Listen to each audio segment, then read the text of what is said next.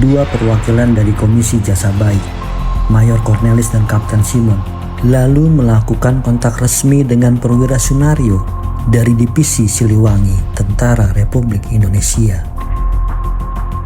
Masih banyak kelompok prajurit Republik yang tersebar dalam kantong-kantong pertahanan di daerah yang diklaim Belanda melalui perjanjian Renville. Mereka harus dievakuasi menuju wilayah Indonesia yang berpusat di Yogyakarta dan sekitarnya. Di titik pengumpulan, tampak sejumlah tokoh propaganda Republik berkumpul, di antaranya seorang perempuan, Nyonya Mehmet. Sosok yang menjadi simbol suara perjuangan dalam ruang kata dan narasi. Di balik senyum para prajurit itu, sesungguhnya banyak gelisah yang diredam. Ada harap-harap cemas menyaksikan pemerintah yang sedang mempertaruhkan masa depan Republik pada aras diplomasi. Ada amuk di dada karena dipaksa pergi dari wilayah Nusantara yang diklaim oleh Belanda. Ada harga diri sebagai prajurit yang terluka, tapi perintah sudah dijatuhkan.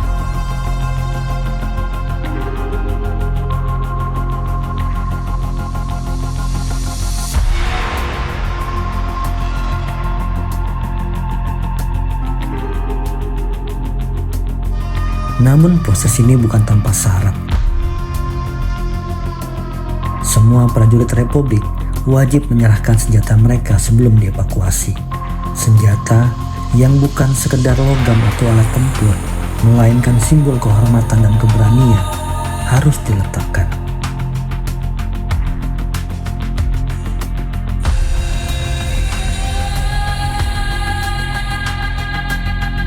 Janji diberikan, senjata itu akan dikembalikan hanya setelah mereka menjajah kembali tanah Republik.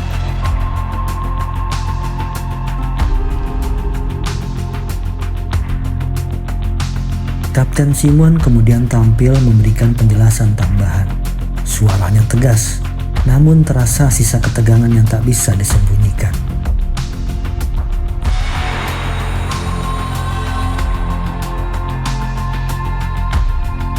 Beberapa saat kemudian, para perwira dan prajurit Republik mulai bergerak menuju truk-truk yang sudah disiapkan. Langkah mereka perlahan, seolah-olah ingin menguatkan bahwa perjuangan belum selesai dan kelak mereka akan kembali lagi menginjakan kaki di tanah Pasundan.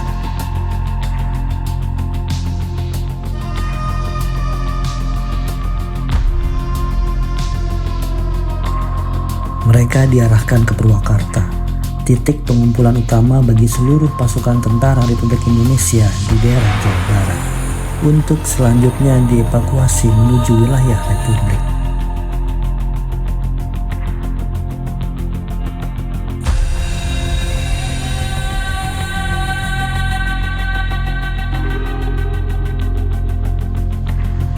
Mereka pergi bukan sebagai pasukan menyerah, tetapi sebagai pasukan yang sedang menunggu saatnya kembali bertempur untuk merebut Jawa Barat.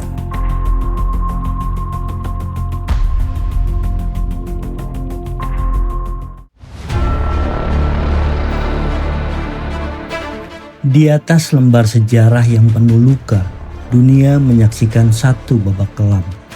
Meski Indonesia dan Belanda telah menandatangani perundingan Linggarjati pada 15 November 1946, Belanda memilih jalan pengkhianatan. Perjanjian itu mereka remukkan dan serangan militer pun dilancarkan ke wilayah Indonesia. Demikian dunia mencatat, dan lahirlah agresi militer Belanda saat.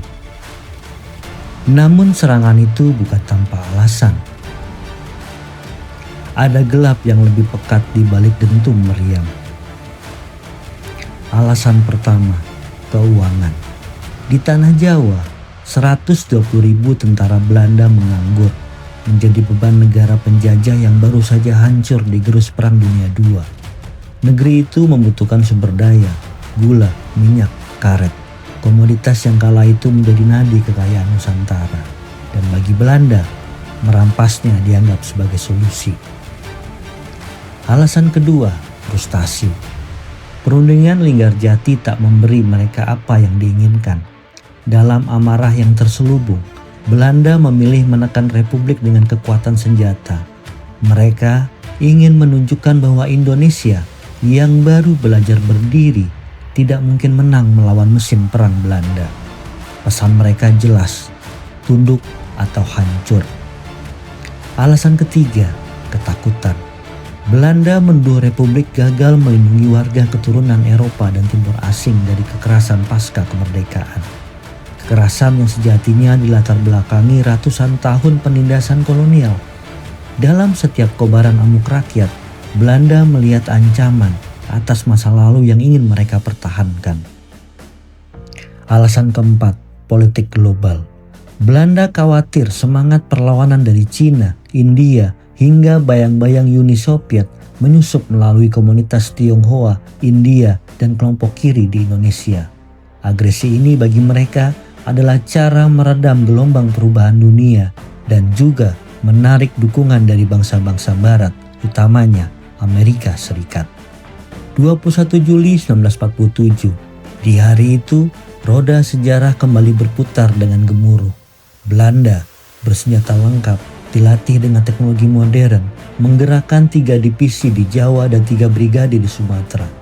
Dalam hitungan hari, wilayah-wilayah paling subur Nusantara jatuh ke tangan mereka. Di sisi lain, pejuang Indonesia memilih jalan gerilya. Mereka meledakkan jembatan, memutus jalur logistik, memasang ranjau, melakukan penyergapan kilat. Mereka tahu berhadapan langsung berarti bunuh diri, namun menyerah bukan pilihan. Dari desa ke desa, dari hutan ke hutan, perang gerilya menjadi napas perjuangan. Dan ketika Belanda membalas dengan blokade dan serangan udara, Indonesia menjawab dengan satu kekuatan yang tak dimiliki musuh. Tekad untuk merdeka atau mati.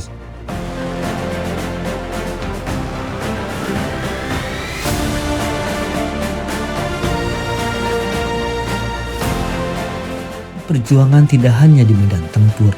Dari panggung diplomasi internasional, suara Indonesia menggema. Perdana Menteri Sultan Syahrir dengan keberanian yang tak kalah dari pasukan di garis depan bicara lantang di mimbar Perserikatan Bangsa-Bangsa. Ia membela kedaulatan bangsanya di hadapan dunia dan dunia mulai mendengar. Meski operasi militer Belanda berhasil secara taktis dan ekonomi, secara politik operasi itu berubah menjadi bumerang. Negara-negara lain mengecam, Dewan Keamanan PBB turun tangan. Amerika Serikat menekan Belanda agar gencatan senjata diberlakukan. Belanda tak punya pilihan. Mereka dipaksa kembali ke meja perundingan. Lahirlah perundingan Renville pada 17 Januari 1948 di atas kapal perang Amerika Serikat, Renville. Isi kesepakatan itu menjadi pil pahit bagi Republik. Garis Van Mook ditetapkan, memisahkan wilayah Indonesia dan wilayah pendudukan Belanda. Republik hanya diakui di Yogyakarta, Jawa Tengah, dan Sumatera. Tentara Republik Indonesia wajib meninggalkan kantong-kantong perlawanan di Jawa Barat dan Jawa Timur. Disepakati pembentukan Republik Indonesia Serikat dengan Republik Indonesia hanya sebagai salah satu bagiannya. Dan kedua pihak sepakat menghentikan tembakan. Namun di balik perjanjian itu, luka baru terbuka. Wilayah Republik Indonesia menyusut drastis. Ribuan prajurit, termasuk divisi Siliwangi, melakukan long march, perjalanan panjang dan getir meninggalkan tanah kelahirannya. Ruang gerak perjuangan menyempit, sementara rakyat gelisah, kecewa, dan bertanya-tanya. Kekacauan muncul menjadi bara yang kelak menyulut pemberontakan di berbagai daerah, termasuk DITII. Menjadi bara yang kelak menyulut pemberontakan di berbagai daerah, termasuk Darul Islam, Tentara Islam Indonesia. Sejarah mencatat agresi militer Belanda I bukan sekedar pertempuran bersenjata. Operasi militer itu adalah pertarungan kehendak. Pertarungan antara bangsa yang ingin mempertahankan penjajahan dan bangsa yang memilih bangkit walau dengan darah dan air mata.